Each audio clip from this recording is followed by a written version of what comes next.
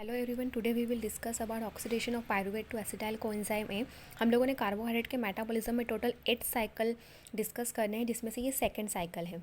Okay, तो इसे हम इस तरीके से समझ सकते हैं कि ग्लूकोज का कंप्लीट ऑक्सीडेशन होने के लिए, अगर ग्लूकोज का कंप्लीट ऑक्सीडेशन होगा तो ये किस में कन्वर्ट होगा? CO2 और वाटर में। ठीक है, ग्लूकोज अगर कंप्लीट ऑक्सीडाइज होगा तो ये किस में कन्वर्ट हो जाएगा? CO2 एंड वाटर में।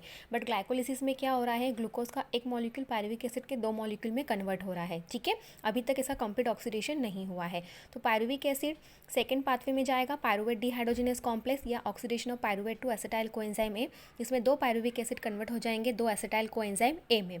इसके बाद ये एसिटाइल कोएंजाइम में थर्ड साइकिल में एंटर करेगा, जिसे हम कहते हैं TCA साइकिल या क्रेब्स साइकिल, जहाँ पर एसिटाइल कोएंजाइम में ऑक्सीडाइज होता है CO2 और वाटर में। अब यहाँ पर इन 3 पाथवेज के थ्रू ग्लूकोज का कंप्लीट ऑक्सीडेशन हुआ है। ठीक है, ये 3 पाथवेज कौन से हैं? Glycolysis, intermediary cycle and TCA cycle. ठीक है, तो ग्लाइकोलिसिस में ग्लूकोज का एक मॉलिक्यूल पायरुविक एसिड के 2 मॉलिक्यूल में कन्वर्ट होता है।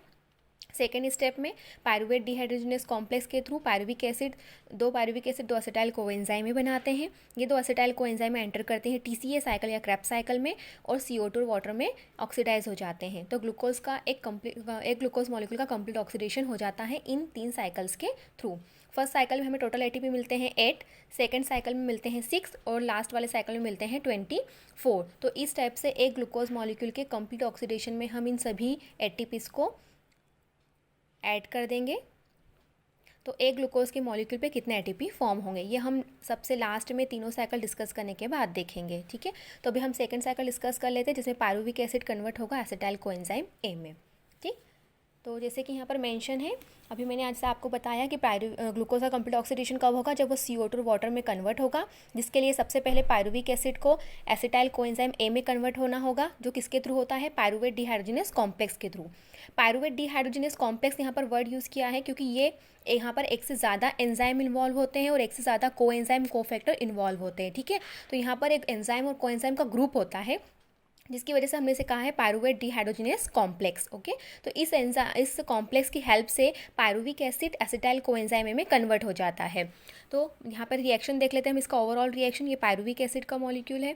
ठीक, ये कोएंजाइम ए है क्योंकि हमें इसे कन्वर्ट करना है एसिटाइल कोएंजाइम ए में। यहाँ पर NAD है क्योंकि यहाँ पर पायरुवेट का क्या होगा? ऑक्सीडेशन होगा। जब ऑक्सीडेशन होता है तो या तो ऑक्सीजन ऐड होता है। ओके, ऑक्सीडेशन मतलब क्या होता है? या तो ऑक्सीजन ऐड हो जाए या फिर हाइड्रोजन रिमूव हो जाए। तो यहाँ पर पायरुविक एसिड से जो हाइड्रोजन रिमूव होंगे वो कौन एक्सेप्ट कर लेगा? NAD, और किस में कन्वर्ट हो जाएगा? NADH2 में। तो ऑक्सीडेशन मतलब या तो ऑक्सीजन ऐड हो जाए या फिर हाइड्रोजन रिमूव हो जाए। रिडक्शन मतलब या तो ऑक्सीजन रिमूव हो जाए या हाइड्रोजन ऐड हो जाए।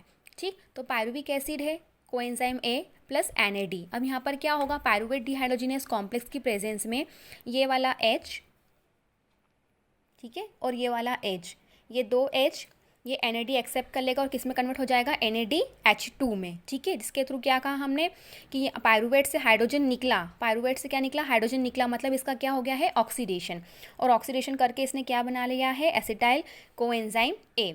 अब इतना जो पोर्शन है इसका एस कोएंजाइम में, ये इसके साथ ऐड हो जाएगा। ठीक है, कहाँ पर ऐड हुआ है? ये यहाँ पर, मतलब इसके जो CO2 है ये भी रिमूव हुआ है, और ये CO2 किस फॉर्म में COO किस फॉर्म में रिमूव हुआ है? CO2 के फॉर्म में।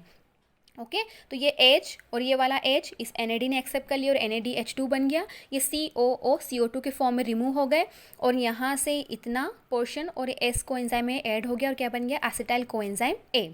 ठीक है, इसलिए इस रिएक्शन को हम बोलते हैं ऑक्सीडेटिव डीकार्बोक्सिलेशन, क्योंकि पायरुवेट का ऑक्सीडेशन हो रहा है एसिटाइल कोएंजाइम में, प्लस CO2 रिमूव हो रहा है, मतलब डीकार्बोक्सिलेशन भी हो रहा है। इसलिए इस रिएक्शन को क्या बोलते हैं? Oxidative decarboxylation. ओके, तो ऑक्सीडेटिव डीकार्बोक्सिलेशन के through pyruvic acid acetyl coenzyme में कन्वर्ट हो जाता है, और क्योंकि 2 मॉलिक्यूल पायरुविक एसिड के 2 मॉलिक्यूल एसिटाइल कोएंजाइम ए बनाते हैं, इसलिए NAD भी कितने होंगे? यहाँ पर 2 होंगे। तो एक NAD से 3 ATP, तो अगर 2 NAD है तो कितने हो जाएंगे? 6 ATP। ठीक है, तो इस पाथवे में हमें कितने NAD 6 ATP मिलते हैं? 6 ATP। ठीक है, क्योंकि ये रिएक्शन में 2 मॉलिक्यूल पायरुविक एसिड के हैं, 2 NAD, 2 कोएंजाइम, 2 एसिटाइल कोएंजाइम ए। ठीक है, तो इस तरीके से हमें ऑक्सीडेटिव डीकार्बोक्सिलेशन के थ्रू पायरुविक एसिड से एसिटाइल कोएंजाइम ए मिलता है। अब ये एसिटाइल कोएंजाइम में TCA साइकिल में एंटर करेगा।